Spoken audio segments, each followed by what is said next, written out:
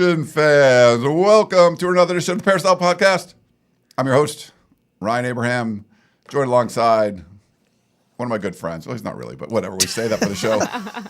Connor Morrissette, a.k.a. Triple Double, and she is one of my new good friends. Yes. India Otto, we call her Automatic. She's the best. It's Wednesday before Thanksgiving. We're here a little early. I just came from my workout class. We're like, USC's got a basketball game at 11:30 in Maui to win the Maui Classic. We're doing this early. Huh? Maui Invitational. Oh, what was it? No, whatever. What is some Maui Same thing? difference. Yeah, and we're here to do a show because we're going to talk about USC a little bit, going to Eugene, getting the L after the 3-game win streak, and then the battle for LA, Crosstown Showdown against UCLA. India's favorite school. Yeah. Just a couple years removed from being a USC basketball player, still has the hatred in her heart for those foes across town. Because in women's basketball, both teams are actually really good, which is not necessarily the case in football. But we got a fun show for you today. We are live on YouTube, live on Facebook. Appreciate any comments or questions you have in there. India can put them up on the screen. If it's something funny, she'll put them up there and say hello. And if it's a question, she'll star it and get to it later. SP Trojans saying happy Thanksgiving. Yeah, happy Thanksgiving to everybody. Hope you have a good one. I know people are kind of getting out. Maybe this is something you can listen to on your drive somewhere. If you're here in Southern California, I mean, it'd take you 2 hours to get there. I'm going to Temecula, so it's definitely going to take me like 2 hours to get there. If you have questions or comments, you can email us podcast@uscfootball.com. And the phone number to call or text us. We got 3 voicemails today, including one guy going on a rant on me. 424-254-9141. Bring it on. I just worked out, man. I'm ready to go. Apple Podcast, Spotify. You can leave us a 5-star rating for the Peristyle Podcast. We've been doing this longer than anybody, people. Like 2008 started this USC football podcast. No one's been doing it anywhere near that long. Go leave us a 5-star rating. We got tons of them. We'd love to hear from you. Do more. We do have a new review. Ooh. This is from Mike Guggs. Cilantro Boy, Trevino Tech. Okay, so we're getting some love for Chris Trevino, from the news and stuff. But 5-star rating. Chris is the best. Love all the podcasts. Helium Boys is great, but 2-star composite is the best. It rocks us like a hurricane, which is Gerard's nickname. But no one better than 18K. Thanks for the birthday gift, Chris. See you in Austin. Okay, so Chris is giving out gifts to get reviews. That's okay. We've done that before. We've given out Trader Joe's gift cards. I tell you what. The next 5-star review we get for our show, you mentioned India, you mentioned Connor, you mentioned me. I'll send you a Trader Joe's gift card for $34. Okay, that's what we got from the Podcast of Champions. But I'm going to bleed this over into our show, and India's putting it up on the screen. Yes, Trader Joe's, so good. I went in there, bought some wine. I got a text from our friend over there at Trader Joe's, and what was the name? He told me the name of this wine. Let me pull it up here real quick. But so I bought 4 bottles of it. It's the Compass Bridge. So if you like Pinot Noir, so whenever he sends me a recommendation for wine, I always just jump on it. I'll buy a bunch of bottles. So I bought 4 bottles of it. But so I was expecting it might be $25. It was a $9.99 bottle of wine. So not bad. Compass Bridge Pinot Noir. So bring it to your Thanksgiving get together. And of course, I bought a box of stuffing. I'm not making the stuffing this year, but I was like, I'm going to make it later. Yeah. So I bought, so I got the stuffing there. I'm going to do another because I'm going to Temecula and they're going to smoke a turkey. I normally deep fry it and stuff. So I'm not really doing much of the cooking or really any, which is weird for me because I'm usually doing a bunch of stuff. So I'm like, I'm going to make some stuffing after Thanksgiving. So I got some of that. But yeah, try the Compass Bridge. I haven't tried it yet, but I'm going to bring it to Thanksgiving. So it should be good. Making me hungry. I know it's a little earlier this week, but I tend to be hungry at the beginning of these shows. What's your guys' go-to Thanksgiving item you have to have? Probably stuffing. I can see why you would buy the box. Mine's stuffing. Yeah, I mean, the basics are turkey, stuffing, mashed potatoes. And I do like having just kerneled corn in my mashed potatoes. I mix that up. So those are if I have that on my plate, I'm good. Yeah. I like cranberry too. I'm not a huge cranberry guy. Your mom does? Yeah. I'm not a big cranberry person. Yeah, it's Stuffing okay. for sure for me. Stuffing's so good. So good. Sweet potatoes are good too. I like. And I like stuffing. I guess there's a difference. There's dressing. Yeah. The big debate. Yeah, which is more of a Southern thing. And since that was in my household at one time, it's I think we usually make both. She'd make a dressing and I would make a stuffing. But I like stuffing. Me too. I don't know the exact differences and stuff, but yeah. Thanksgiving is one of my favorite meals of the year. I just absolutely love it. I love the leftovers. I love everything. It started at USC, like because I was from the East Coast, and it was a really hard time to travel. Obviously, because like yesterday was like the busiest, or today might be the busiest like travel day, whatever, at the airports. I used to always do, and my mom like kind of taught me to cook, so I would like to do that stuff, and we would have like a orphan Thanksgiving, just people that weren't going to go home. Right. I did that at USC a couple of times and had just a whole bunch of Everybody people on your come over. floor. Yeah, they would come over. We would make big Thanksgiving dinner and stuff, and then it just started to be that with friends. So that was sort of like, moving cross country.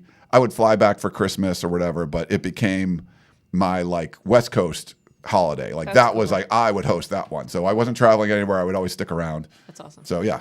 So many years, but yeah, this is a rare one. But yeah, I started doing one of our buddies, Dano, who we used to do tailgates with way back when, kind of introduced me to the deep frying of the turkey, and I was like, holy crap, this is good. And so I started doing it. I had to retire my fryer because it was over 15 years old. Like the bottom of the bucket was, never caught anything on fire. Just don't be an idiot. Don't drop a frozen turkey into super hot liquid and just drop it in. You got to like lower it really slow so it tests your arm strength holding like a 15-pound turkey, drop it in. But I bought a new one on Amazon, but I'm not going to get to use it yet. So I might have to do like a fry. Maybe we'll do like a USCfootball.com turkey fry or something. You guys can all come over. Oh, that sounds amazing. It's a non-Thanksgiving meal. I like it. I like that plan. Yeah. I've never had the fried turkey, so sounds great. Oh yeah, we'll do it. We'll do a little postseason party at my house. Perfect. How's that? That sounds I'll like a cook for all plan. you guys and make fun of me or whatever. Can't wait. Yeah, well, we got a fun show. Sorry, that was like a long sort of intro. I think I got my I told them I didn't do the cool down after. I just came right over here and like, okay. Yeah, you're fired up. Energizer bunny. Well, you guys talk. I'm done talking. Well, okay, I'm happy to talk. So I rewatched the USC Oregon game this morning, and first of all, let me just say, usually the rewatches I can fast forward through the commercials, and it takes 2 hours. This game was so long; it took 2 hours and like 45 minutes, and I was fast forwarding through everything, like all the commercials and stuff, and it still took forever. But anyway, I think my overall point, I still feel similar to how I feel or how I felt on Sunday. I see the progress in the program, and yes, it was a disappointing loss with some major mistakes, which you hate to see, but I do still see this team going in the right direction. But on that rewatch, I was particularly disappointed with how USC's linebackers played in this game, and I think as time goes on and we look back on this season, the biggest misfires for this year for USC, they really should have gotten a linebacker with more experience from the portal. I don't have a name, someone who it should have been this guy. I'd have to go back and look. But just they didn't have any injuries to the linebacking core in this game. Eric Gentry is healthy. Desmond Stevens is healthy. Jaden Walker is healthy. And against the really good teams on the schedule, Notre Dame, Oregon, those guys just weren't ready to play. And Eric Gentry, for whatever reason, is kind of backslid this year. So I don't know if it's a Rob Ryan thing or Gentry just without a really experienced linebacker beside him like Easton Mascarenas Arnold last year. They're asking him to play a different role. When I look at the future of the team, I feel pretty good about a lot of spots, but I'm nervous about the linebackers, and that's something I want to see them address in the offseason. Hopefully Desmond Stevens and Jaden Walker can take a step forward, but I just wasn't particularly impressed with that group, and I think that's a second guess this year. When you finish 9-3 after going 6-6, that's a good thing, but we're always looking for ways to get the team over the top, and I do think if they had added some more pieces there, they could have been better. I know. I think that's a really good point, and I was doing a 5-question exchange with David Woods from UCLA, and he was, one of his questions to me about the USC team was, and he knows Danton Lynn because he covered him when he was at UCLA as the defensive coordinator, and said that the defense took a significant step backwards this season. And I push back a little. I don't know if it was a significant step, but it certainly was a step back. And I think it's something. And asking why. And I think one of the points you made earlier, on one of our other shows was about last year he did have a lot more veterans that he could coach. And when you have Easton Mascarenas Arnold and Mason Cobb and some of the linebackers that maybe there's some limitations like athletically or whatever, but they know what they're supposed to be doing. And this year was more younger, like athletic, talented, but don't have a lot of experience, and you weren't really sure if you could rely on them. And I think your point is correct. In the bigger games, even though Oregon didn't run as well as Notre Dame did, I mean, they did a lot. There was a balanced attack, and They had a lot of chunk plays in the passing game. More that Notre Dame had 11 like chunk runs against USC, and I think Oregon only had like 4, but they had a few others that were like 9-yarders, and so there was other plays, but they got a lot of chunk plays. But I feel like the same thing, like the linebackers didn't play well, and just looking historically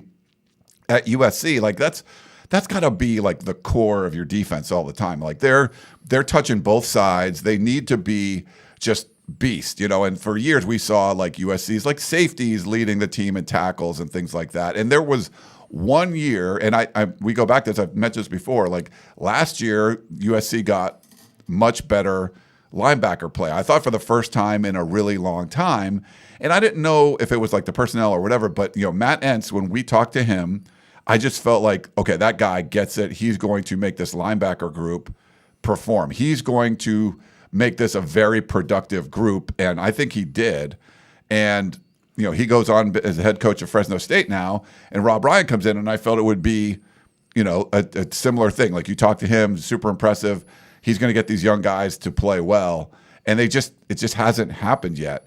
So I don't know enough about like the intricacies of this to blame Rob Ryan or whatever it is, but the facts are that there has been a slide at the production of the linebackers, and that's just going to be really hard for a defense for me to overcome, in my opinion. There was if it was a stock chart like linebacker production, it was like pretty low, high last year, and then I think it's come back down. So it was like a spike, and you need to see some more consistent production from the linebackers if you're going to stop teams like Notre Dame and Oregon that can do a lot of things and it can be really physical up front. I have a question with that. Oh, yeah. Like, do you think Rob Ryan not being on the field during games has any sort of effect on that?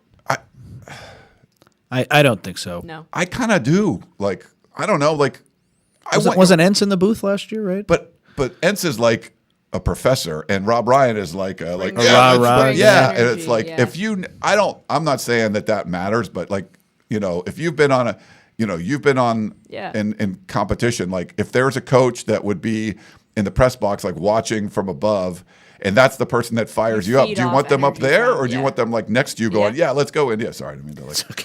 No, bam, totally, bam, bam. Usually the one that hits me, so I could do that back here. But yeah, so I don't know if it's really making a difference, but I've got that question a lot and I think Harvey Hyde has brought it up. Yeah. I'm not sure why you wouldn't want that dude down there terrorizing the sideline, getting people fired up. That's a good point. Maybe it wouldn't hurt. I haven't thought too much about that, but I agree with you. The rah-rah guy that Rob Ryan is, that could help. Yeah. I don't think there's any like excuse for what we've seen from the linebackers. Like, I did think that they would be better this year, but like when you think about it, it makes sense where Eric Gentry is that off-the-ball linebacker, and they have a new Mike and Desmond Stevens. There was always going to be some growing pains. Jaden Walker missed pretty much all of last year, and Stevens and Walker weren't primary linebackers in high school, so the learning curve was always going to be steep. I think you saw USC's recruiting losses add up in this one, where you really could have used a Kingston Viliamuasa in this game, who picks Notre Dame. Chris Cole was a guy USC was in on. He's at Georgia. If they had a premier recruit at that position, whether it's just even a true freshman, but in the last few classes, that would have really, really helped. And they misevaluated Tackett Curtis, and he's gotten better at Wisconsin. But there's just a gaping hole from a roster-building perspective at that spot, and you saw that rear its ugly head in this game. And then you just look across the roster, like, I feel good about Jaden Maiava. I feel good about the wide receivers. The offensive line, they did not play very well, but at least you're going to get pretty much everyone back except for Big General Reed next season. Running backs, you've had some injuries, so King Miller, him not being at his best in this game, don't want to excuse it, but it makes sense. Or if you have your top two running backs, maybe it's a little bit different for USC in the run game. Defensive line, the edge rushers have left a lot to be desired, but there's some young players there that you can get excited about. The linebackers I'm concerned with, and then in the secondary, yes, you didn't have your top two safeties, but Christian Pierce and Kennedy Urlacher, I think, played about as well as you could ask. And then you've had some injuries at cornerback too. So Marcellus Williams and DeCarlos Nicholson, they just kind of are what they are. I'm not trying to make excuses, but where's the weakest link with this, how the roster's constructed? It's the linebackers, and in USC's worst games this season, the linebackers have not played very well. I see a clear kind of pattern there where they just don't have great players there outside of Gentry, and even he's backslid a little bit. That could have made a big difference this year, in my opinion. No, I agree with you. And it definitely hurts to have like a captain like Kamari Ramsey out and your leading interception. But the best play on defense was made by one of the veteran replacements. Like Kennedy Urlacher's tip to himself. And I didn't feel like, the safeties killed USC in this game. No, I didn't either. And Christian Pierce was in coverage on one of the touchdowns, and Sadiq got between both of the safeties on the second touchdown. Look, Kamari Ramsey and Bishop Fitzgerald would have made a big difference, but I'm with you where I didn't feel like there was any major coverage bust and those guys were out of position. Like Kennedy Urlacher, he tackles really well. I've been impressed with him. I don't know why he hasn't been playing more based on what's going on, what we saw from him. So I feel decent about them moving forward, but the overarching point is next season has the potential to look pretty good. And you saw what Oregon was able to do with some of their true freshmen, where he didn't have the greatest game, but that cornerback, he's played really well outside of that USC game. And they're mixing and matching some freshmen on the wide receiver rotation, and they just have some impact true freshmen. I see a lot of people say, the 2026 class, it's going to take years for them to have a real impact. And while that makes sense, some guys are going to pop and play really well in their first year. So you have that going for you. You bring back a lot of players, especially on the defensive line and offensive line. Jaden Mayava could come back. Linebacker, wide receiver, going to need to address that in the portal. But the team has the makings of something that I think can be successful next year, even with a hard schedule. And that's why I think all the toxicity around that loss, I don't understand it. What was this year all about? Was anyone thinking this team was going to make the playoff? Only the biggest homers of all homers had USC in the playoff this year. So to go 9-3 if they can beat UCLA is a pretty good step in the right direction. And I'm not saying that's the standard for Lincoln Riley and USC. No, the standard should be higher. But after last year, you got to have some concessions. It's not just going to go from 0 to 100. They're finally building something, which I can see. And this year, were there some frustrating moments? Yes, but there were also some good moments. And next year now is massive. Yeah, it's massive for them. I think, and you always talk about moving the goalpost. The fact that USC's offense became like elite, and we didn't expect that. Then you're like, if this is elite offense, true. Why can't you win all your games? Because we did expect the defense to be much better. They were favored in 10 of the 12 games. So that's the schedule worked out pretty well. That the teams maybe weren't as good. Illinois certainly not as good as we thought going in. They've lost 4 games in Big Ten play. That looks like a bad loss now. And Notre Dame and Oregon are very good, but so I think maybe you could say the expectations change, and from 6-6 to 9-3, you shouldn't have been 6-6, obviously, but it's more like it was an 8-4 team that went 9-3. You looked like 10-2 was really 10-2 was achievable without beating the 2 best teams on your schedule. Because none of the team you beat. I think Michigan's a good team, and we'll see how well they play this weekend against Ohio State. So that's a really good win.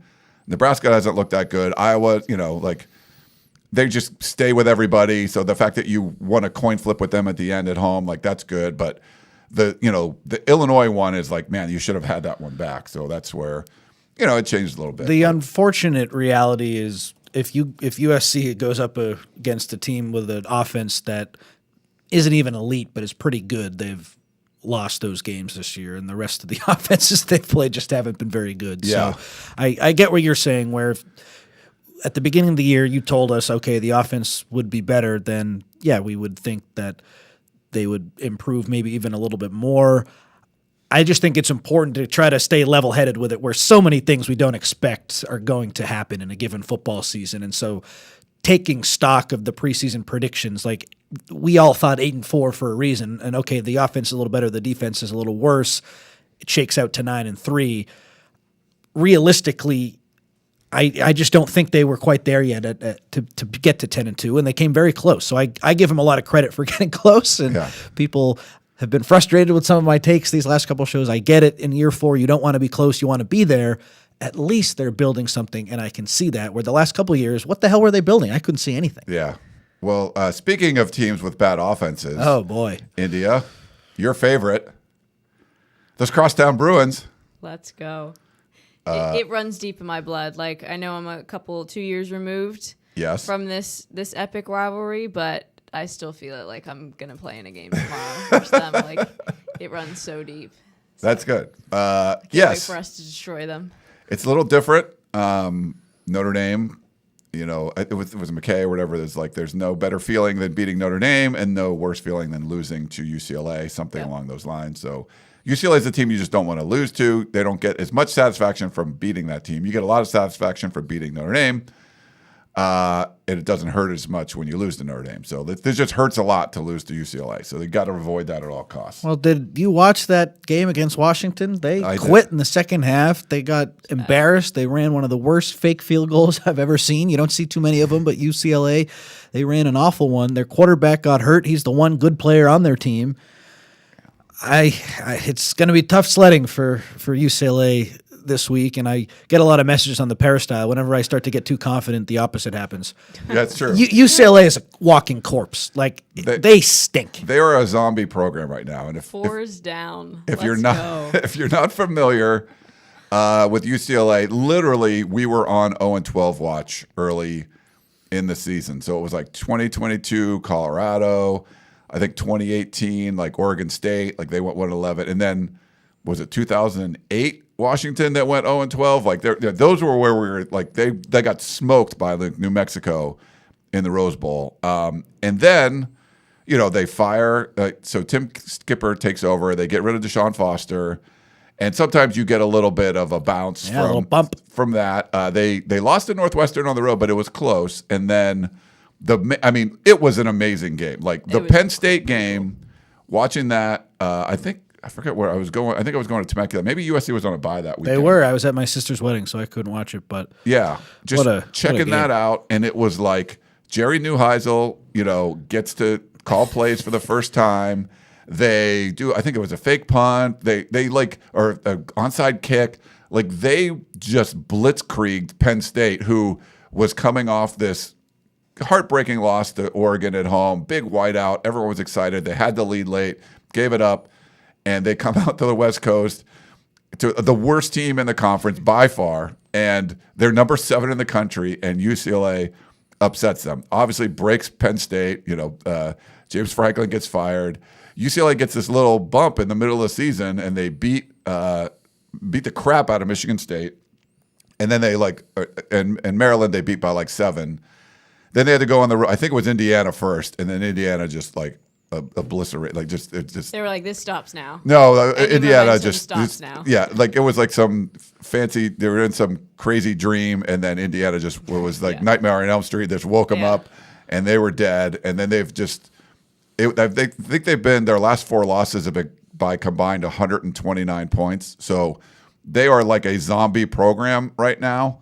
They're last in the nation in sacks. They're last in third down conversions allowed. Their defense is terrible against the run, terrible scoring, actually pretty good pass defense. But that's kind of where this team is.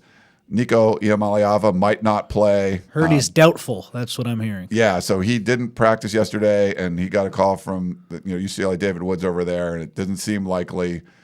And he's makes that offense go. He didn't play on the road at Ohio State, and they got blown out. And then he did play against Washington, and it just looked got concussed. And it just didn't even look like they cared. So having said all that, USC is a 22.5-point favorite. This is a game. I've covered this team I've been around this team a long time. I've covered this team. Most of the time, UCLA gets up for this game. Now, the Lane Kiffin 50-0, no. It could be like that. It could be one of those where even UCLA can't get up for their hated rival, which they do. They would love this, to get this win, anything. But I don't know if they will. And then how motivated is USC, with the chance to go to the playoff and coming home? And now are you going to overlook this UCLA team? We saw them in other rivalry game not take it as seriously as their rival. Will they not take this one as seriously as their rival? So I don't know what's going to happen here, but it is, like you said, it's a corpse of a program at UCLA, but they could totally undertake her and get up because they're playing USC. We've seen that happen before. And I did hear that at USC, after being eliminated from the playoff just about with that loss to Oregon, there have been some motivational things this week where those guys got to remember they still got a game this week. And yeah. Thanksgiving, the fact that they're eliminated from the playoff, having a different week, I do think naturally there's going to be some slippage mentally with USC. But UCLA is not good enough to even come close to taking advantage of that, I don't think, based on what I've seen the last 4 weeks from them with a backup quarterback, with an offensive line that's one of the worst offensive lines I've ever seen. They don't get any pressure. I don't really know what they do well besides Tim Skipper motivating them. So if USC loses because they're just not ready to go and they thought that they were going to beat Oregon and have this game be for the playoff, and that's no longer the case, and that is what trips them up, then that's embarrassing. But I have too much faith in the coaching staff to motivate them. Lincoln Riley yesterday talked about how this game will pave the way for the future at USC and all the seniors who won't be here next year if they can leave USC better than the last couple years and pave a smooth road for next season's team. And I buy into that mindset. And even if they're not totally motivated, I think they still will be somewhat. And I expect USC to roll. All right. Yeah. Well, it's going to be a fun one. 4:30. NBC, India, you wouldn't be upset with like a 50-0 like that. That was a fun year. I love Lane that. Kiffin. I love that. And Chris and I were talking yesterday. So the first year, Riley wins that great game where Corey Foreman has the pick, and then the second year, USC loses inside the Coliseum, and it wasn't pretty. And then last year, they squeak out a win. He's due for a stomping of UCLA, and they're massively favored. This will be the biggest spread of the Riley era against UCLA. It's time to turn it on. He needs some help, Riley. He needs some good faith right now after that Oregon loss. People are not happy. If you go out and stomp UCLA, that'll at least make some people feel a little bit better, I think. That's a good, that's a good point. Like the motivation factor of needing to just pile on and like embarrass, and it's not like that's hard. We've seen other teams do this already. New Mexico embarrassed UCLA in the Rose Bowl. They had this resurgence in the middle of the season, and it's fallen off. Like it is.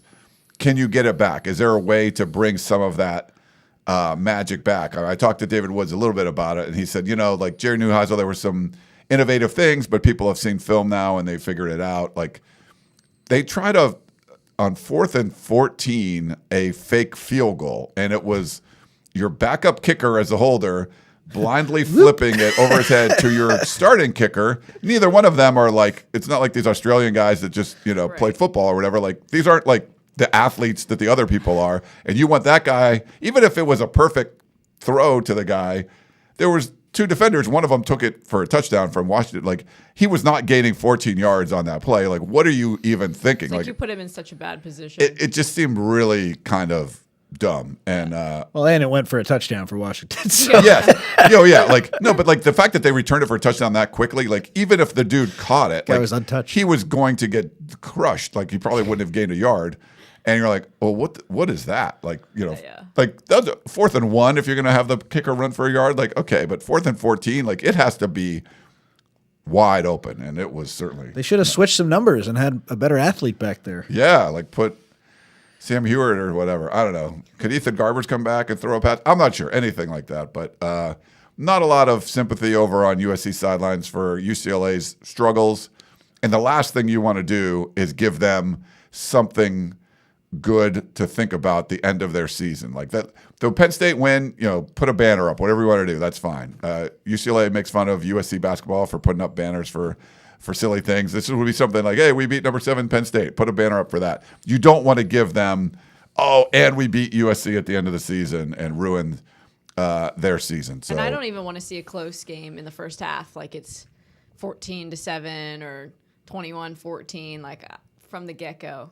Just stomp on them. The only thing UCLA had going for them last week was they were okay on defense to start the game, and it was only 3-0 Washington after the first quarter. Yeah. So this would be a great opportunity for USC to jump out to a hot start. And they've gotten back to doing that. That first drive against Oregon was great. USC goes up 7-0. So it seems like Lincoln Riley has found that opening script magic a little bit, and USC should score a touchdown on its first drive. UCLA, they're just a bad team. And then you were at practice yesterday. There are some injuries for USC. The injuries, and then you asked Lincoln Riley about his future with the program.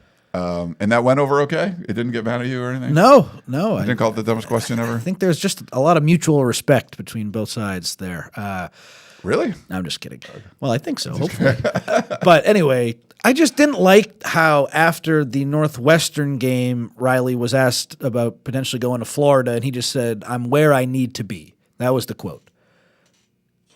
That's pretty easy to get out of if he took another job. I'm where I need to be right now. So I just wanted to get more clarity, and who knows what the future holds. But I said, "Do you plan on being here next year?" And he said 100%. So my whole take is I think the team could be pretty good next year. He is, of course, a key component of that, which is another reason I wanted to get that clarity. If it is real clarity, because it's hard to tell. But just to get him on the record, I thought was important. And he said 100% he'll be back. They got the number one class, new facility, could retain some key guys, go out in the portal and add some key guys. The schedule is hard, but I do see what they're building, and he is, of course, the chief architect with that. So getting him back is important. And this year was a big year for me because at the beginning of the season, I wasn't totally sure he was the right man for the job. I still am not totally sure he's the right man for the job, but what have I been saying this whole show? I see the vision at least, which is better than what we've seen the last couple of years. Yeah. And then injury-wise, where are we at? A lot of guys are banged up.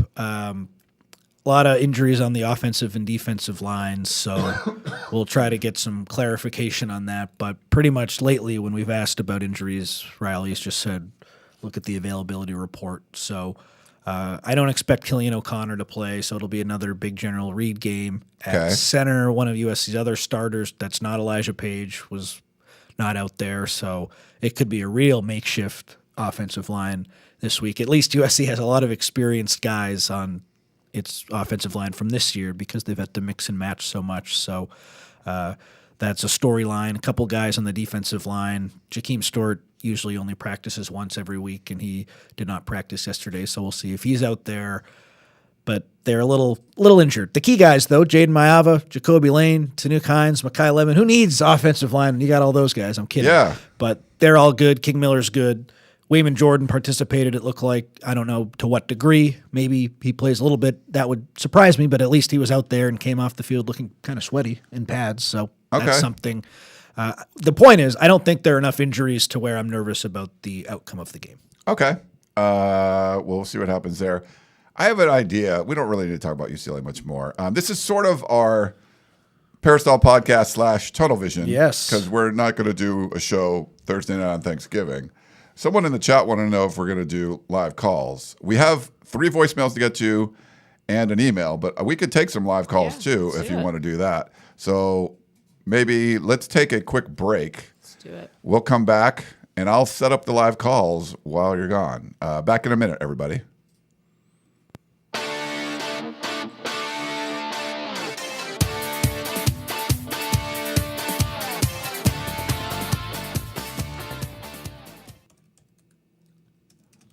Alrighty, we're back here on the Peristyle Podcast. We're going to take some live calls. We don't normally do this on the podcast version, but screw it. It's Thanksgiving Eve. Exactly. I'm ready to eat some turkey. And we want to hear from you. What's going on? Yeah, so if you can call in right now, 512-4-TUNNEL if you're watching us live. If you're not, it's not going to work. So if you're not watching live, sorry. But if you are live and you're in the YouTube chat, you can put questions in the chat as well. And Got a lot of questions. Okay. That's good. But we can start with some of the voicemails if you want. Someone's going at you? We got one of those, yeah. You want to start with that one? Which one? It would be like Riley or something? Yeah. Or okay. All right. Here we go. Hi, Ryan. I haven't called in a couple of years because you and I had a discussion about Caleb Williams winning the Heisman 3 years ago. And I said that's not what it's all about. It's about national championships. 4 years later, $40 million later, Lincoln Riley, if you took a look at the scrum after the football game between Oregon and USC, you take a look at Dan Lanning. He looks like he lost the game. He's upset. His team didn't play good enough. There's an issue. You look at Lincoln Riley, he's like, it was a heavyweight fight. We went toe-to-toe, and he lost the game. There's certainly a difference in the culture and in terms of the way this this program is laid out. Jen Cohen, Chad Bowden, watch the podcast. Do you want Lincoln Riley going into next year, another $10 million, or do you want to find someone else? The return on investment with Lincoln Riley is terrible. It needs to stop. This is embarrassing. It's not about special teams. They couldn't run the ball. They had no defense. And the special teams. Everyone's talking about special teams. It's 3/4 of the game. They can't compete. Find a new coach. Jen, Chad, you didn't pick this guy. It was these people before you that were supposed to be these apprentices that are brilliant. Well, clearly they're not that brilliant. $40 million later, and if you're lucky, you're going to go 9-3. If you beat UCLA, then what? We're going to wait another year? This guy's an offensive coordinator. He's not a head coach. Ryan, I told you that a long time ago. All right, I think that was the voicemail. Yes. So we had some email exchange or text exchanges back in the day. First of all, special teams is not 3/4 of the game, so maybe his numbers are a little off there. He likes to throw out a lot of numbers. I think he works in finance or something. It's a big part of the game. I've been harping on special teams the entire time. He does also focus on how much money you're spending for Lincoln Riley. The problem is, if you fired Riley today, it's not like you're saving $11 million. It's costing you that much more. He has a guaranteed 10-year contract that's $11 million a year. It would be very expensive just to make him go away, and then there's a lot of money involved in doing it. So it's the return on investment. I think one of the things that he was talking about, and I argued early on, in year one, Riley, in my opinion, was worth the price of his contract. Like just bringing a Heisman Trophy, 11 wins, like they're a game away from the playoff. Yeah, that was nationally relevant. Like putting you over the top as far as Heismans go. That's something that USC takes a lot of pride in. That they have more Heismans than anybody else. Like that, you get your money out of this. When Nick Saban was winning in Alabama, if you were paying him $20 million a year, you were getting a deal because you were getting so much more for the school. The last 2 years, no, the return on investment hasn't been good, but you have to look at it as what's the best way for the program to move forward.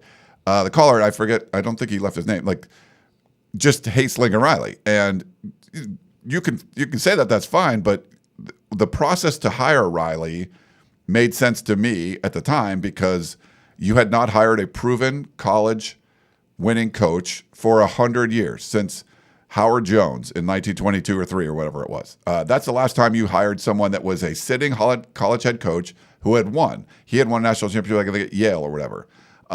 Pete Carroll was not a college head coach. He was, he did a lot of things.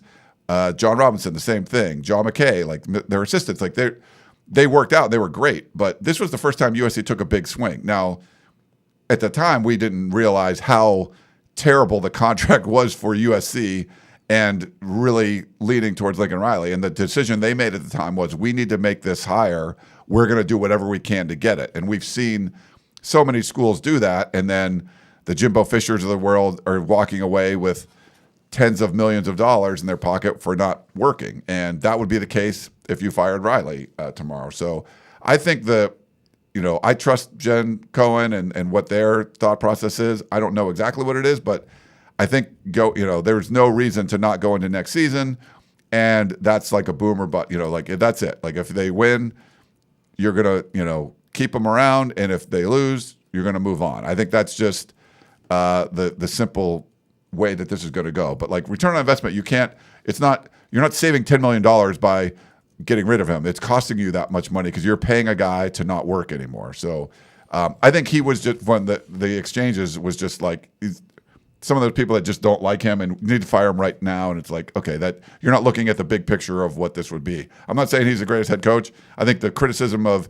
he's more of an OC than a coach, that's completely fair. Like that's not, but looking at the big picture, I'm not just making some emotional decision like I hate him, get rid of him. Like, yeah, that's not going to be what's best for your football program. And I trust what Jen Cohen and her staff, what they think about on this subject, and they're going to do what's best for the program. And I think you think that you have to fire Riley yesterday. It's like, and David Woods asked me this question, if Riley was like on Clay Helton's staff and was promoted, would the expectations be different? And I'm like, well, he would have been fired after year 3 because you can't have like 13 and 11 regular season. He wouldn't have had some crazy contract that Riley has if you were promoted from within. He wouldn't have some $11 million a year contract that's fully guaranteed, unless it was like you were really dumb. But yeah, so you made a big swing on a hire. You paid a lot of money. It's a contract that's very much favoring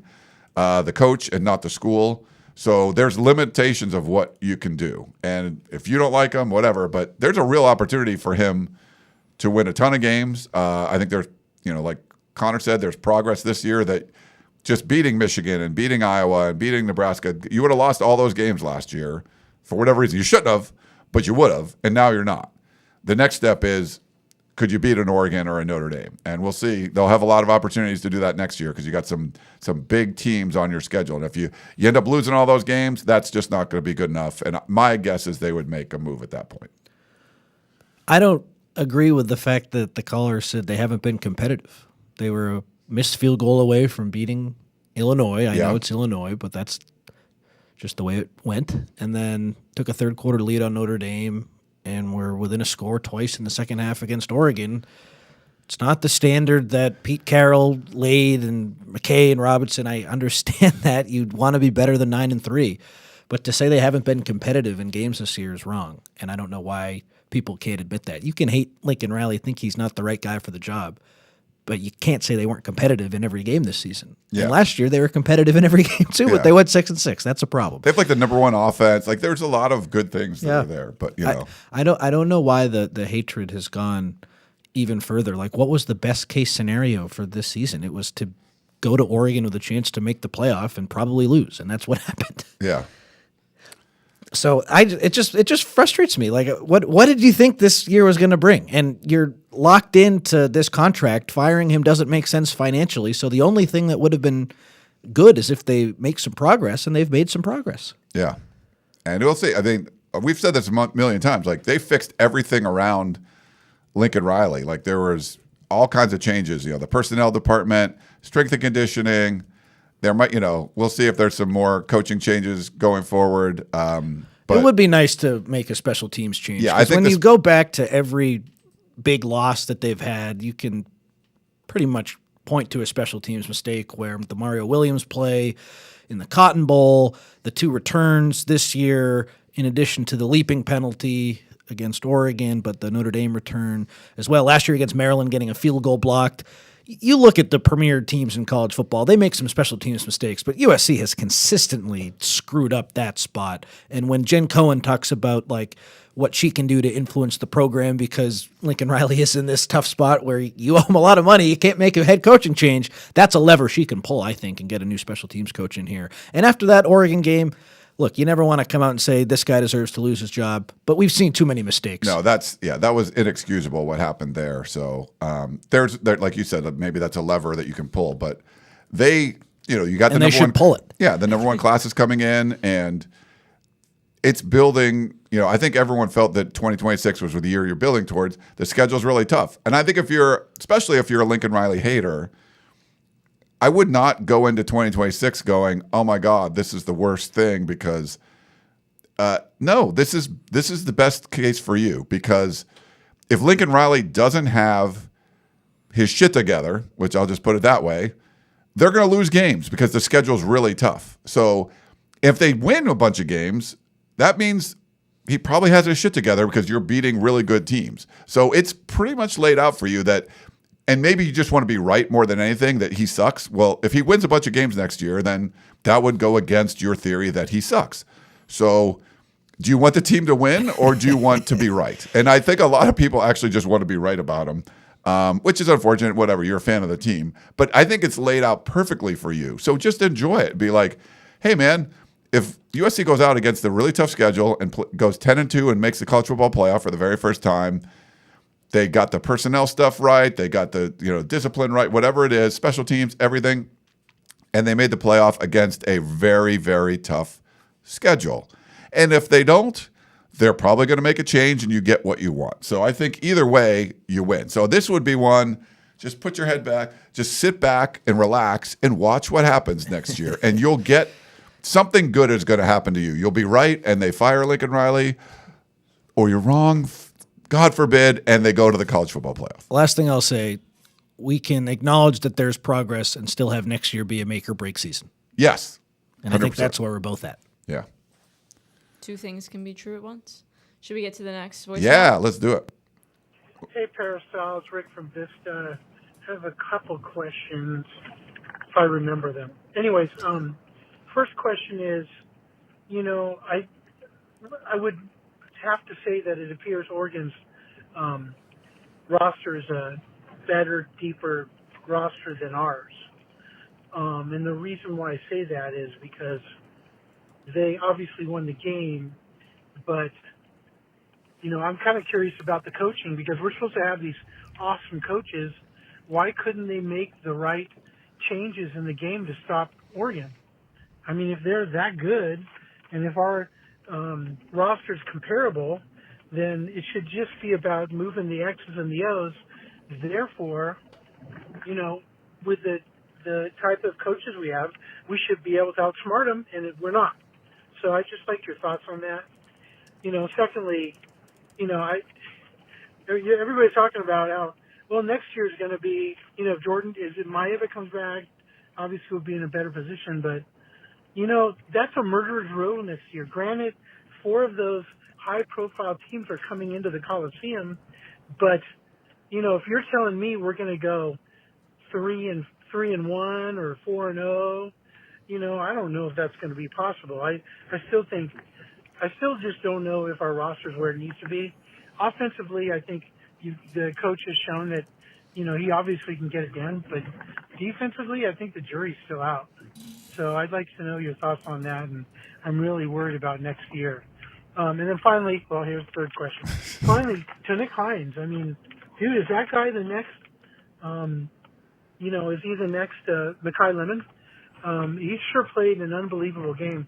I'd like to know your thoughts on how he's different than Jacoby Lane and Makai Lemon and where he might sit, because obviously he had a much better year this year than either of Lemon or the other guy had their freshman year. So I'd like to know your thoughts. Thanks a lot, guys. Bye. There's a lot, Rick. Okay, I want to answer the first thing because he talked about the rosters being comparable and the coaching. Why couldn't USC do a better job limiting Oregon? I get all that. But I haven't done this since the year started. Look at what Oregon did in the transfer portal and listen to the names that they got that had huge impacts in this game. Jaden Kennedy was on Makai Lemon the whole game, did a great job. Manuel Pregnon, we all know how good he is. Malik Benson, 85-yard punt return, big-time receiver for them. Bear Alexander did his thing. Isaiah World, starting left tackle. Jamari Johnson, number 2 tight end, had a nice game. Alex Harkey, starting right tackle. Theron Johnson, starting cornerback. Dylan Thieneman, starting safety. All those guys are really freaking good. Yeah. And then you look at USC, what they did in the portal. Jason Johnson, hurt. Zach Williams, nothing. Tamir Robinson, nothing. Kennedy Urlacher, giving you a little bit something now. USC got its punter. Kevin Longstreet, nothing. Bishop Fitzgerald, hurt. Prince Strawn, nothing. Big General Reed, good backup. Sam Heward, nothing pretty much. DJ Wingfield, nothing. Caden Chittenden, nothing. Jamal Jarrett, outside of the thick six, nothing. Keyshawn Silver's been good. Eli Sanders hurt. DJ Harvey, nothing. That's the difference. USC needs to go in the portal and supplement this roster, get some key guys to help for next year, fill in some gaps. Oregon did that exceptionally. They're on their way to the playoff. They've also recruited at a good level. But look at those two lists. That's the difference between what we saw Saturday in USC winning and losing. If USC had some of those guys who they could have gone out and got, that totally changes things. Oregon did a nasty, exceptional, great job in the portal, and USC did not. And that's why this offseason is so big with Chad Bode and that staff, because they're going to need to do something similar. If you want to get to where USC needs to be, the portal is a huge part of it. And it's not quantity, it's quality, because look at what Oregon did. Amazing job by them. India, clip that. We don't need the whole Rick from Vista call. Just Clocked. Connor's rant. That was good. Great. But that just clicked with me because of Rick's call, so thanks for the call. Every name I listed for Oregon, those guys are their best players. Yeah, like except for Dante Moore, and he was a transfer too. And I think he was transferred the year before. I feel like this is one of those situations that now you have a whole year of Chad Bowden and their staff, and then they're not just going to bring in bodies; they're going to bring in impact need, players. yeah. That's what you are expecting now from him. And Oregon was already doing that. USC wasn't. Like they were just bringing in some dudes. And like, yeah. But like you want to know, Oregon, what are we doing that they're not, or what aren't we doing? And That's exactly what they're doing. Yeah. Like they nailed the portal, and USC swung and missed in the portal for and the most recruits part. well. So I think USC and like you can use the Oregon model where you're recruiting high school at a very high level, but you supplement with the portal. And I know that they want to, Chad talks about majoring in high school and minoring in the portal, but when you minor in the portal, you want to have some dudes, and Oregon brought in some dudes. The other questions, Tino Kynes looks great, and then what was his middle question? I don't remember. I don't know, we can move on from that. Okay. Too many. Well, thanks, Rick. Appreciate it. Yeah. Hold on, we've got a from Jeff, triple double, spit and hit fire. I think he meant hot fire. Yeah. But thanks, Jeff, my friend. Hitting that fire. Yeah, exactly. Well, it's hot. Yes, it just clicked with me today because you do the preseason previews. Oh, here's who they added in the portal. Half those guys will probably be good. And then you look at what Oregon did, and it's every single player except for the really good running back from Tulane, who I thought was really good, but he didn't win the starting job and just got beat out by their three really good tailbacks, and now he's redshirting. So they missed on one guy. And unfortunately, when you look at USC's portal additions, it's a little bit of a different story. We got like 2 callers in the Okay. queue. Let's go to one's been waiting for like 12 minutes. Let's go. Looks like Dale. Hey, Dale. Welcome. You're the first caller on Peristyle Podcast. Hey, what's up, guys? Hey, Dale. Hey. I just wanted to, I've been thinking a lot about this one thing that before I had the stance and I had the position that Lincoln Riley's a great offensive-minded coach and, maybe one of the best offensive play callers, so that we don't want to take that away from him. But recently I've been really thinking about where this team is at and why we hired Lincoln Riley. I argue that we did not hire Lincoln Riley just for his play calling or offense. I argue that we hired Lincoln Riley because he made it to the college football playoffs multiple times when it was a 4-team playoffs. He consistently won the conference, the Big 12 conference, so he's a winner. So we hired him to win games. And now I'm thinking, we were like a ship, like nobody's steering the ship. I feel like we're an organization with like 3 divisions, offense, defense, and special teams, and nobody's thinking about this holistically.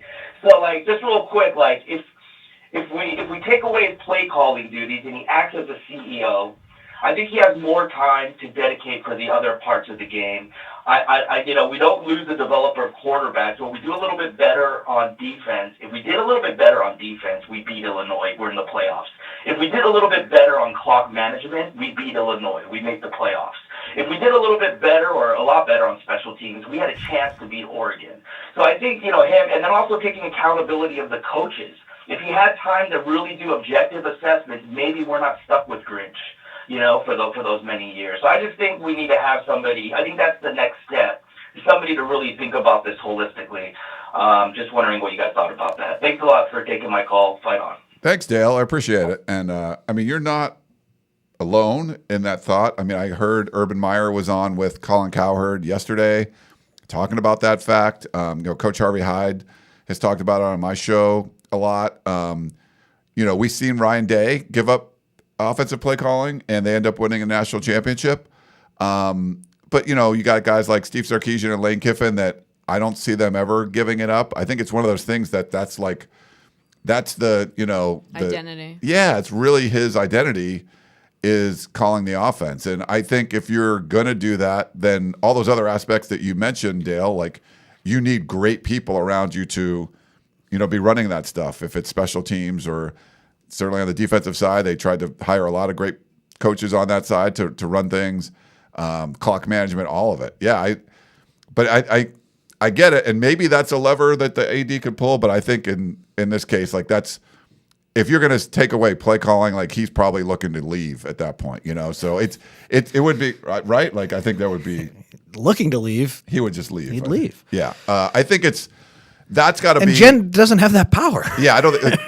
No one has that power. I think that's a Lincoln Riley decision. It's not like you can ask for it, and I think that's something he would have to come to terms with. Yeah. I'm sorry, I get the call, but it's just not happening. That's Yeah, I just what don't- Lincoln Riley does. People need to get that thought out of their head. Hiring a offensive coordinator. A big thing that the support staff allowed Lincoln Riley and the coaches to do was to focus on more game plans, focus on coaching more, instead of having to do the recruiting and the NIL and all that other stuff. And while USC's made some mistakes this year, the record is what the record is, and they've improved from 3 games if they can beat UCLA. So I do think that's made a big difference where now they can just focus on X's and O's and stuff. And Dale is probably frustrated that even with the more time that Riley's had to not just prepare on offense, but look over the whole program, the team hasn't been even better.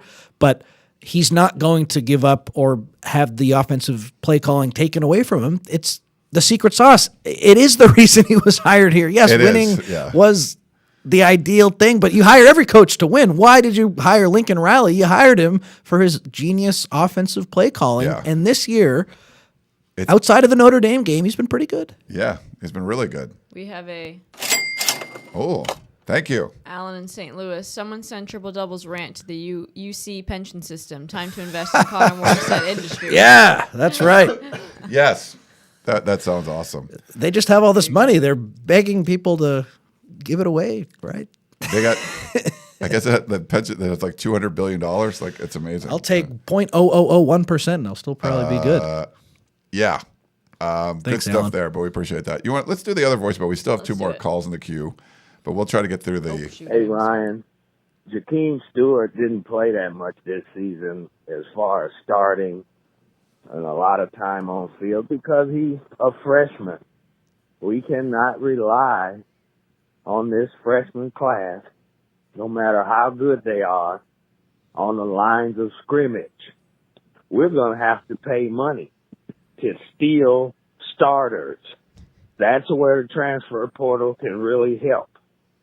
You remember how Bear Alexander left us to go to Oregon? Or Pregnon, who asked for more money from us and reneged on the deal when they gave it to him and went to Oregon, I assume, for more money. If not, if we don't get improved on the lines of scrimmage, we're going to get beat up, just like the Oregon game when we play Indiana next year, Ohio State next year. And who else do we play? Penn State and Oregon. We got to get it together on the lines of scrimmage. And it looked like, again, we're going to have to rely on the portal. Curtis from Moreno Valley. Yeah, that was good voicemail after the that last was call. Connor's rant. Just go back and listen to Connor's rant, Yeah. Curtis. But I will say, some freshmen will play and play well next year and will be reliable. And you look at USC's potential secondary, I like Alex Graham at the nickel spot if he stays healthy. I think he can be a good player. So you have him there. And then at the cornerback spot, maybe Rock Hill comes in and can start alongside Marcellus Williams or Chasen Johnson. And if Hill is as good as I think he is, that's a possibility. And then at safety, Christian Pierce and D. Reddick will be another year in the system, and Kennedy Urlacher. It would be nice maybe to go get a safety in the portal, but what I'm trying to say is they have a lot of good young talent, even if it might be a year too soon. And I think you just got to trust that because Oregon has trusted that, and that Finney kid's pretty good, and they had Flowers in the secondary at safety. Oregon got really good play this year from 2 true freshman defensive backs. Like, there are spots where true freshmen can help. Tanuk Hines on offense. And Jakeem Stewart, the reason he isn't playing more is because he's been battling an injury, and he might have it's not because he's a off-season freshman. Yeah. surgery. He makes a play pretty much every game that you think, oh my God, this kid is only a freshman. So the portal is massively important. But again, I go back to saying quality over quantity. If you can get 5 starters or like even 4 impact starters with everything that USC is coming back in that number 1 class, you're going to be in a good spot. Yeah, you don't need like 12 or 13 dudes if you get like 5 Quality starters. over quantity. Yeah, RJ Sermon, someone said in the chat, like someone is going to emerge from these last 2 classes at key spots, and then maybe you bring in a transfer. Like, I love the competitive position battles that we're going to have next year, and that should lead to better results. Yeah. You want to do the email, and then we'll get to the. Yeah. We got a couple more live callers in the queue, but we'll. And we got a lot of questions too. Okay, let's do an email. We'll do a live caller. Then we'll pop in some questions and more live callers. Okay, here's our email. USC special teams blunders against Oregon included kicking the ball out of bounds on a kickoff, a punt return for a touchdown, a missed short field goal, and a leaping penalty that extended a duck drive. These errors, which cost the Trojans at least 17 points, significantly hampered their ability to compete. The same was true against Notre Dame, where they lost by a field goal and a kick return. Do you think Riley needs to hire a special teams coordinator, Frank, in Sacramento? Hey, Frank, you missed the kick-catch interference penalty, too. I was going to say that. Yeah. Well, if he does and it wants to have it be a coach who's like a full-time, one of those position coaches, I don't think they have enough space because they made the decision they had Doug Belk be instead of just the secondary coach, he's now more safeties, even though he still has that title, and Trevon Reed they brought in as the cornerback coach. If they wanted to make that move, then Reed would have had to have been the odd man out, and they could have gotten a special teams full-time coach instead of Reed, but they elected to have Reed do that and then have Savage do the tight ends and the receivers. So they don't have enough spots for a full-time assistant for special teams if everyone comes back next season. So maybe someone will leave and they'll have to figure that out. I think it doesn't matter as much though because you can still be coaching players, right? Like yes, but you're not going to get paid as much. Like Ryan Doherty does not make nearly as much as the Nebraska special teams coach that Matt Rule went out of his way to say we want a full-time special teams assistant. We're going to bring him in. That guy gets paid probably 3 times what Ryan Doherty gets paid, if I had to guess. Fair. If you want to get better results, you need to tinker with the staff and give a financial commitment to a really good special teams coach. And I don't want to say have someone lose their job and then you bring in a special teams coach. I don't know who the odd man out would be, but maybe it'll work itself out where someone does leave. That would be what I would do, and go out and get someone who's just going to do a better job with the whole thing. All right. We got Dave in Iowa on the line. Let's bring him in. Good morning, Dave. How you doing? Hi, guys. Can you hear me? Yes. Hey, Dave. I guess it's afternoon in Iowa, but. Yeah. All right. So based on your comments from my perspective on Lincoln Riley and an OC, so USC is paying for his offense and not being USC is paying for him being a play caller and not being a head coach. $11 million a year to put up 27 points against an elite defense when his defense and special teams gives up 42 points. His offense still win games and defense still wins championships. Last time I checked, Kenny Dillingham at ASU matured as a head coach in his first 2 years as a head coach. He was a play caller and then a head coach. The offense wasn't working, then he took over play calling. Then in year 2, hired an OC and took over as an actual CEO of the team and made it to the playoffs with when the cupboard was more bare at ASU than it was at USC. If you looked at ASU's roster last year, I think the shelves and if you looked at ASU's roster when he arrived, I think the shelves and screws weren't even up. They were pretty bad that first year. Yeah. Well, that's the thing. They didn't it's a misconception. They didn't they hired him to be the head coach and the offensive play caller. Yeah. Not one or the other.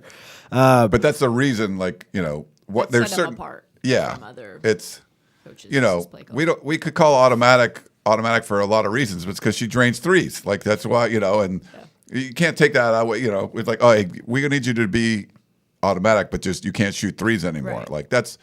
So I think it's up to the individual coach. And Kenny Dillingham has been a good play caller in his career. Who do you think is the best offensive play caller going right now in college football? Lincoln Riley, if he's not 1, he's 2 or 3. Yeah, he's right up there. That's one. So, where Ryan Day, he was good, but it wasn't like that was his. Look at the Heisman quarterbacks. That's all you need. Yeah. When Riley yesterday at practice can talk about his history of quarterbacks and talk about how, oh yeah, and then we had Jalen Hurts that one year. Like, it's damn impressive. Yeah. And I don't know. I think I've been all for piling on Riley. You can go back to shows years ago where we were crapping on him for not recruiting right and not running the ball enough and all that stuff. But I just don't think right now is the best time to really get down this guy's throat. Does that make sense? Probably not. That was a weird thing to say. But just be really upset with him when he's doing a better job than he has the last 2 years. And let's see what next year has in store. I think the roster will be better. Another year of experience under his belt. Firing him makes no sense. You might not be happy with him, but you're going to have to live with him. And if you had a better reason to not be happy with him, he wouldn't be here. If they were 6-6, then he would definitely be gone. But they've been better. I think there's just certain coaches that have certain personalities that's like that's their identity and that's what you have to go with. And I think someone in the chat said Lane Kiffin doesn't call plays anymore. My understanding was he's still the play caller there, but like Steve Sarkisian, we've seen this be that's who they are and that's why they do this. And if you take that away, like they're not going to do this anymore. So I think it just stems down to you don't like Lincoln Riley as a coach. And like, well, maybe he should be doing this instead. I think he needs to be a better CEO of the whole program. And your solution is to like take away the play calling thing. But I don't think that has to be like a Riley decision. Like Connor said, if the administration was like, hey man, we really need you to like back away from this, like that's not going to sit well. If he comes to that conclusion at some point as his growth as he's like 40 years old or whatever, right? Like his growth as a head coach in college football, then that's what's going to take. But I don't think it's going to be fans or anybody asking him to step away from doing that. I don't think it's some switch that you just turn off. Like that's part of his identity as a coach. I wonder who they'd get to, because look at the history of what Lincoln Riley has done. He is so in control of the offense. Like he hasn't had an offensive coach under him go on to do anything, right? Like that is one of his flaws where like what's his coaching tree? Exactly. There isn't one. The great coaches, they have good trees, and Riley doesn't have one. Like if there was a young offensive stud who worked under Riley in the past and was a great offensive coordinator somewhere else, I would at least entertain the argument, because then it's someone Riley's familiar with, he's worked with in the past. This guy maybe was a receivers coach, went to be an OC at like a Memphis or like a group of 5 school, did a really good job, has the opportunity to be a head coach somewhere else maybe, but then wants to go to USC and work with Riley, and that guy calls the plays and Riley's the CEO, fine. But that person doesn't exist. And that's another key thing here where it's just Riley or nothing. Yeah. That's the unfortunate reality sometimes. Let's do some of the chat questions, and we still have another call in the queue. We'll get that Queuer. to the too. Queuer. Down his throat. Yeah, Jesus. I don't know what I was trying to say. First question is it too early to speculate bowl destination? Yes. No, I hate bowl projections. This is closer to the time though, but it seems like Alamo's somewhat likely. But I hate this stuff, so don't ask me. I guess Alamo or Holiday is what I've heard, but it changes. I was talking to my mom earlier, and she was like, "When's the bowl game?" And I was like, "Well, every year we think it's a game, and then it's not." So yeah, I'm not sure. So also, people in the chat, sorry to interrupt, are talking about Cliff Kingsbury as. Yeah, he's an NFL offensive coordinator. Exactly. I think they're talking about his coach. He was already at USC. Yeah. Okay, so I guess he has one name. And how closely were at Texas Tech? I guess were they together? Was Riley the OC? Wait, was Kingsbury? Kingsbury wasn't under Riley, right? I don't think so. No, he wasn't under. He was the head coach at Texas Tech. He was analyst in year 1 with Riley. Somebody said. Okay. That's because because he got fired and like. Doesn't count. No, that's not part of his coaching tree. He was the head coach at Texas Tech. He was freaking Clay Helton's offensive coordinator, or was hired to be, and then got the head job at Arizona. Yeah, no. Yeah. That's not in his tree. Yeah, and when he was hired at USC, he'd already accomplished more than Riley had because he was an NFL head coach. Yeah. So, I don't even think they really crossed paths at Texas Tech because Kingsbury was the freaking head coach then. Oh, come on, chat. I need more from the chat. KC Facebook viewer, thank you for our Facebook viewers. Yes. Is USC a home field team? They play well, and on the road they don't do well against similar or better teams. Also, why does Lincoln get frustrated about the question when opponents want him to stay at USC? Due to not getting over the jump. He has same record as Clay Helton through 4 years. Yes, he's on an upward trajectory. They're better at home. Isn't every team better at home? They seem to feed off the energy at home. Yeah. And it is a problem. The road losses are a huge problem. But they play better at home. Yeah. I mean, whatever reason, like that's, Riley does talk about the energy and the players feed off it. And when, there was a really good crowd for Michigan and even the Friday night game for Northwestern and, the crappy weather against Iowa, like they seem to play, if it's just you don't have to travel or if it's whatever it is, they seem to play better at home. So that's a good thing. Yeah. Because they're playing at home Saturday. Exactly. Question from Jeff. We got about 8 more questions. All right. With all the ups and downs of the season and the original prediction of 8-4, are you surprised the defense has been mid? I'm surprised that Me they too. haven't been better. I thought one of Anthony Lucas or Cameron Fountain would be more productive at getting to the quarterback. Even though I've been critical of the linebackers, I did think they would be a little better. And then in the secondary, I don't totally get why Kamari Ramsey had to play nickel the whole year. I don't like why it. you couldn't have had someone else in there. And it just seemed like that kind of limited Ramsey's big playability. So, yeah, I mean, Lynn knows way more about defense than I'll ever know. I'm not trying to say I'm smarter than him, but I don't know why playing Ramsey there was such a necessity. So that's a second guess I have. Yeah. No, I agree with you. It's a little more surprising. I thought the defense would get better this year, and it's got worse. Next question. You guys have talked about next season being playoff or bust for Riley. If Maeva leaves for the draft, does that reset things? I'm thinking 3 or 4 losses without him. No, it doesn't reset things. You can get a portal guy like that. Doesn't. No, this is. No, I don't think it resets anything. I think you have the right personnel staff in place. I think it's just a situation that you're going to have enough dudes. You've built towards this. Go out and win games. So I don't think it resets things. And I'd rather have Maeva than Longstreet next year just because Longstreet is the unknown. But it's possible that Longstreet, if he is the guy, could be really good. Yeah, he could be good, or you get a portal guy. Like it does, Like Caleb Williams was great his first year, and then his second year he won the freaking Heisman. So at least there's a history of you can sit for a lot of that first year. Williams came in, I think, at the midway point to the end. And you can be really good young under Riley is what I'm trying to say. Yeah. We've got a question from Judah Phillips, another Facebook viewer. When will USC address the running game? We average 2.7 yards per game this season. It's becoming a major weakness if they want to beat good teams. They've actually run the ball pretty well this Yeah. season, The fact that you have a walk-on who He's killing it. yeah, he's had 100-yard games in 3 of his 5 starts or something, it's that was a bad rushing performance against Oregon. It was struggled against Notre Dame, but for the most part, they've run the ball more.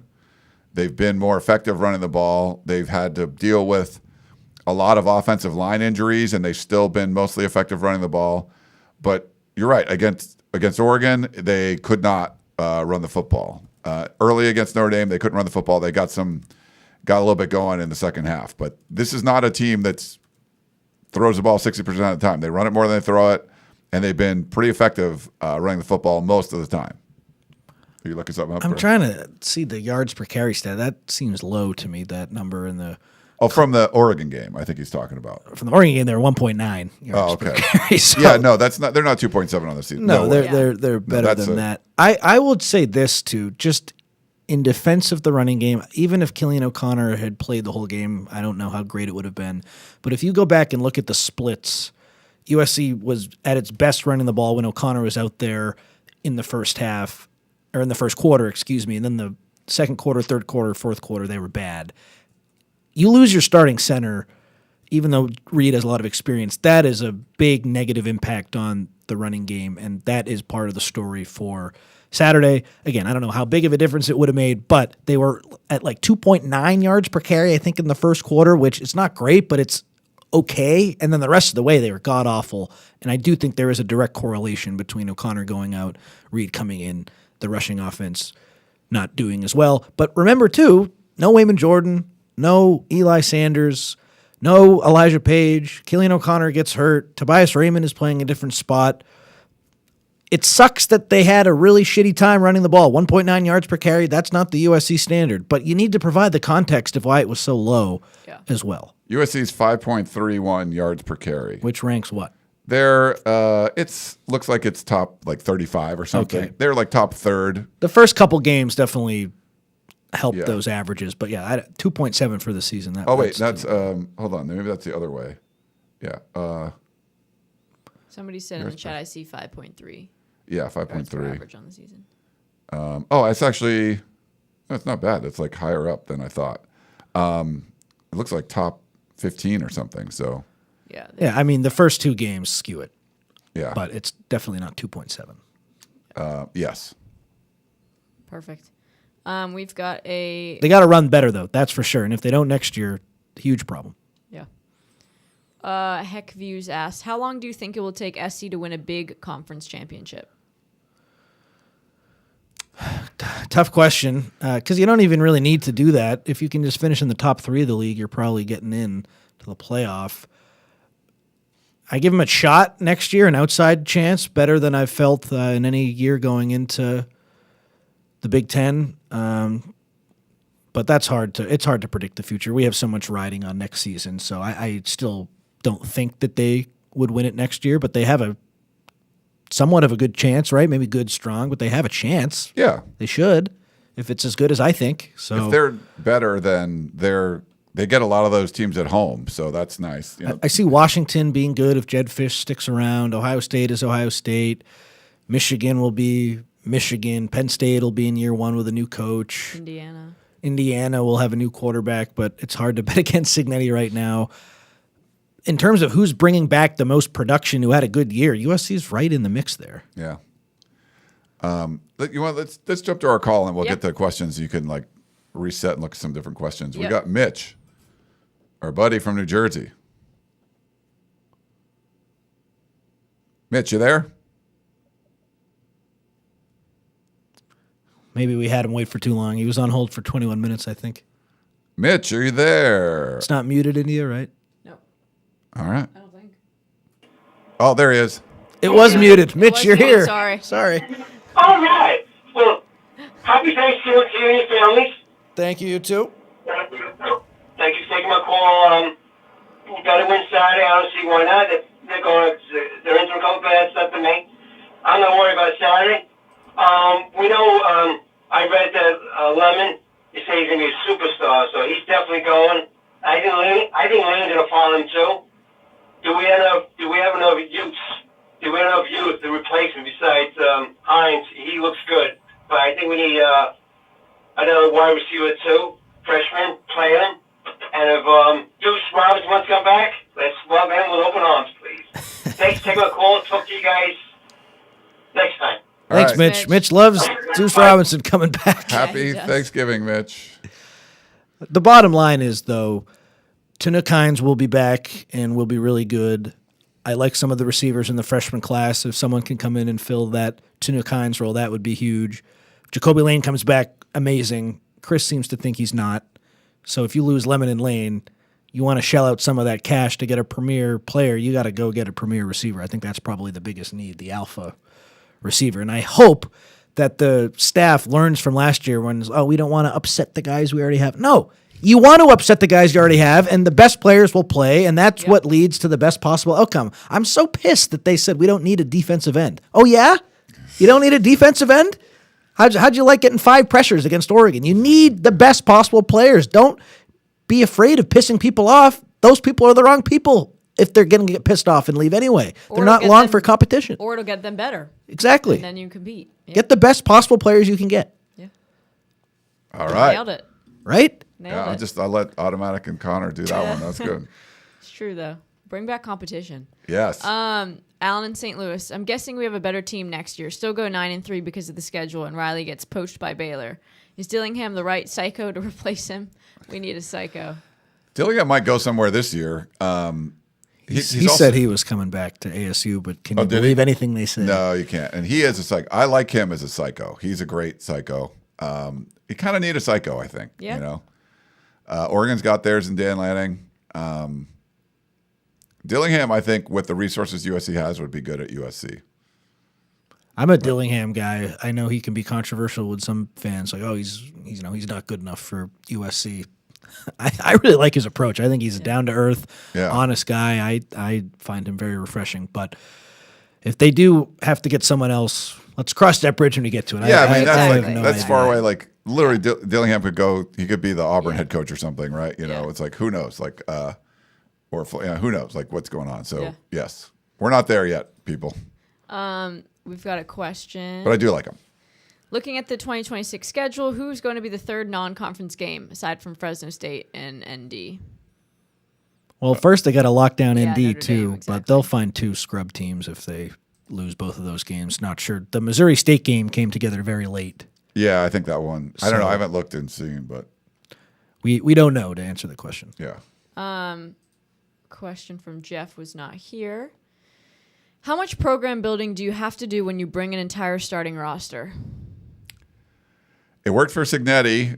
It's worked other places. If you're coming from a school that you can bring a lot of players, it's a great way to bring things over in your culture. I mean, just even with Lincoln Riley bringing in, now if he brought more Oklahoma players, it probably would have been better, but to bring in Caleb Williams, that helped a ton. It was just Caleb Williams and Mario Williams, right? Mario It's Williams. kind of crazy that And he there couldn't was get more guys to come over. one defensive back, I think, too. Yeah, who didn't do anything. I Right. transferred to Houston. I think I remember that. Yep. Yeah. But, I think we've seen that. And so say like Lane Kiffin goes to LSU, how many of these Ole Miss guys is he bringing over? Now, it's been more of a portal roster for him, but he could bring a bunch of guys with him to sort of, jumpstart things. And, yeah, that's it. For JMU, you're like, oh, those are JMU players. But he had baller guys. Like he had guys that he developed and they did really well at the Big Ten level. And, so I think it makes a big difference if you can hire somebody like that and bring in a bunch of dudes. Isn't that a one-off, though? I don't know about one-off. I mean, I think we've seen it in a few spots, but it's a very specific situation. I think you have to have that. I'm trying to rack my brain. Who's gone somewhere else, brought everyone or a lot of them, and been really good? Like the New Mexico coach, where did he go? It's happened like at those like where you're like, oh, you bring a bunch of dudes over, and you've had like success, But obviously the biggest one has been Signetti. But yes, I think that's a very specific situation. That if someone hires Kenny Dillingham, a bunch of Arizona State people are probably going to go with him. Like someone hires Lane Kiffin, I would guess a bunch of Ole Miss players are going to go with him. We saw James Franklin get hired at Virginia Tech. I mean, potentially a bunch of Penn State players go with him, even though it's like a step down. It'll be interesting to see like how that works now that you can offer a bunch of money, and maybe Penn State steps up and they got to spend a lot more on their roster to like keep some of those guys. If they're like diehard James Franklin people and they don't like how Penn State did them dirty from top 3 team or whatever to being fired, maybe they go with them. And then that helps them, if you get a bunch of Penn State players and your first year in Virginia Tech, that could be a big deal. I could see John Summerall at Tulane somewhere yeah. and doing a Signetti, but And I think who's the guy at Houston who came over from Tulane? I think he brought players with him too, if I'm not mistaken. But is it Fritz? Fritz, yeah, I think Willie Fritz did. If I'm not mistaken, Yeah, but like I don't think these are good examples. Like what I'm trying to say is Signetti did that and it worked perfectly. These other programs, like you did it at New Mexico or Houston, like they're just kind of mid. Like Signetti did it, and now they're competing for national titles. Yeah. But I think just making it's going to be tough to make a transition because players can just leave, right? Like you're not keeping some core group unless you do something amazing and get them to stay. But having to bring some of the pieces of the culture with you, that the reason you were hired, I think, it certainly helps the transition, I see someone in the chat talking about the commit Penn State got. They did get Virginia Tech got from Penn State. They got a good running back. So not a player, but a recruit. Yeah. That's kind of what we're talking about a little bit. And what were we going to say? No. In the chat, they said Signetti's one of a kind. Yeah, Exactly. He's a unique person, but I do think that's a something you can do to certainly help with the transition. Not saying it's going to get you to the playoffs in 1 year like Signetti, because he's a psycho killer. Like that's the biggest thing. He's he psycho killer, created this culture at JMU, and then those guys were like, yeah, I'm going to come with you. And so wherever he went, he's going to bring some dudes with him, but he's a psycho killer, and that's just the way it's going to go. And then we've got a question. So, what's the outlook on middle linebacker for next year? Not good right now. Talanoa Ely will come in, the true freshman. If he gives you something, that would be great. Taylor Johnson has like 1 million tackles at Cajon, but he seems to me like, if anything, he'll be a special teams guy next year. So then that leaves you with Desmond Stevens, Jaden Walker. It's very disappointing that Elijah Newby hasn't been able to do anything with the state of the linebacker room, so I wonder if he would transfer out. But the fact that he hasn't played at all this year doesn't really make me very confident in him. And off the top of my head, Anthony Beavers will be gone. I think Garrison Madden is gone. He didn't really give you much. Anyway, they need to add a transfer portal linebacker. Yes. That's what I continue to go back to because Gentry's gone too. I agree.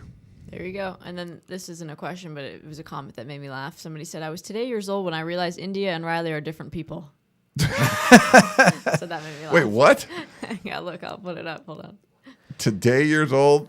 You didn't know they were different people. Okay. That made me laugh. So that gets put on. Let me just say, We haven't seen them in the same room at the same time. Maybe they're different. They're same. True. It's true. So that was funny. That is a good point. I'm trying to think. I don't think I have either because you do the Wednesday, Thursday, and she does the Sunday. Yeah. I could see Desmond Stevens being a lot better next year too. I want to say that.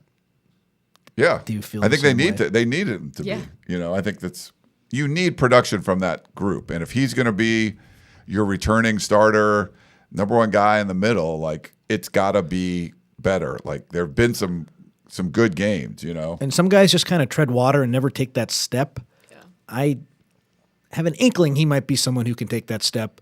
You just never know. It's so crazy. You can anticipate someone getting better and then it doesn't happen or vice versa. Like crazy things happen where I thought Eric Gentry had the potential to be an All-American this year and that hasn't really come to fruition. So I'm always a little nervous to project out, this guy will take a leap. But Jade Mayava took a huge leap this year. If Desmond Stevens can take a Jade Mayava-esque leap, watch out.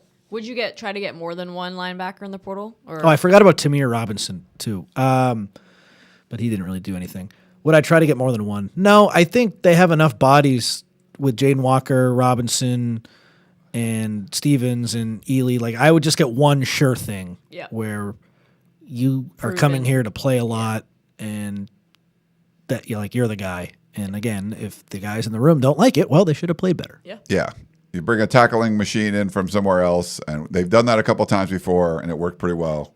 But yeah, you just need better production from that group.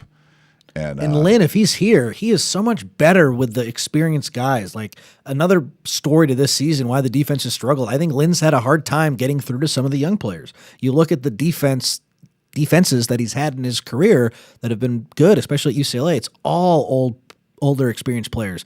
Last year, a ton of older experienced players. This year, a lot of younger guys, and we're seeing some of the mixed results. yeah.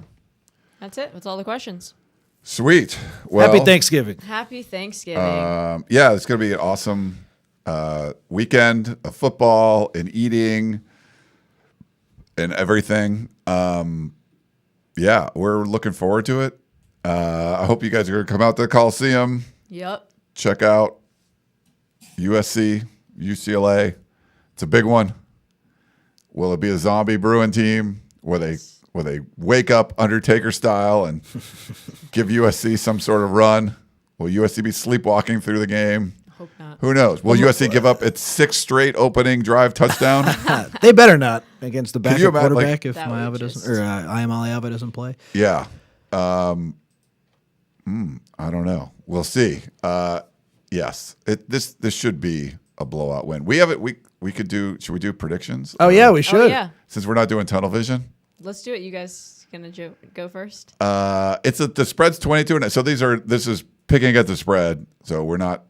I think all of us think USC is going to win the game. Yes. I do feel USC is going to win the game. Yes. But I'm going to take the 22.5 points. UCLA does look like, just hot garbage. They look like they're not interested.